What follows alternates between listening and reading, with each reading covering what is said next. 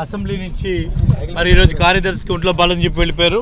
ఆయన స్థానంలో విజయరాజు గారు వచ్చారు, డిప్యూటీ సెక్రటరీ గారు. వారు చెప్పేది ఏంటంటే ఎంత హాస్యాస్పదంగా ఉందంటే, జల్లు వచ్చింది, జల్లు కిటికీలోంచి వచ్చింది జల్లు తప్పించి పెద్దగా తడిసింది లేదు, ఏ ఫైల్స్ ఏవి కాలేదు.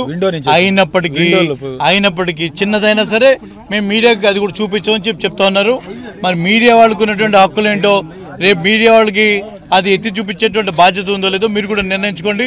ఒక ప్రతిపక్షంగా మేము కోరుకునేది ఒకటే, ప్రజలకి ఈ విషయం తెలియజేయాలని కోరుకుంటున్నాం తప్పించి ఇక్కడేదో ఒక సీన్ క్రియేట్ చేయడానికి రాలే. మేము ఇప్పటికే చాలా సమయం జరుగుతూ ఉన్నది, పైన జరిగినటువంటి చాలా మంది కన్సర్న్లో ఉన్నారు, ప్రజలందరూ మాకు అడుగుతూ ఉన్నారు ఏంటి సార్ ఏమవుతుంది అనేది.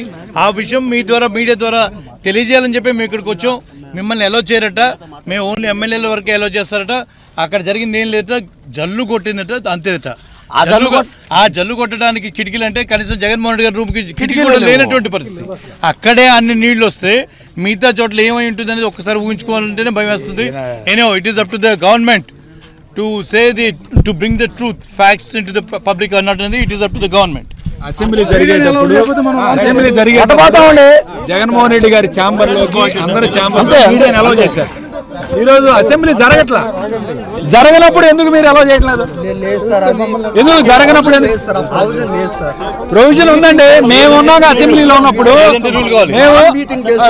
రూల్ పొజిషన్ చూపించండి. ఛాంబర్ లోకి లేదని చెప్పండి. ఏమండి, అసెంబ్లీ జరిగేటప్పుడే అలౌ చేశారు మీరు ఛాంబర్ లోకి.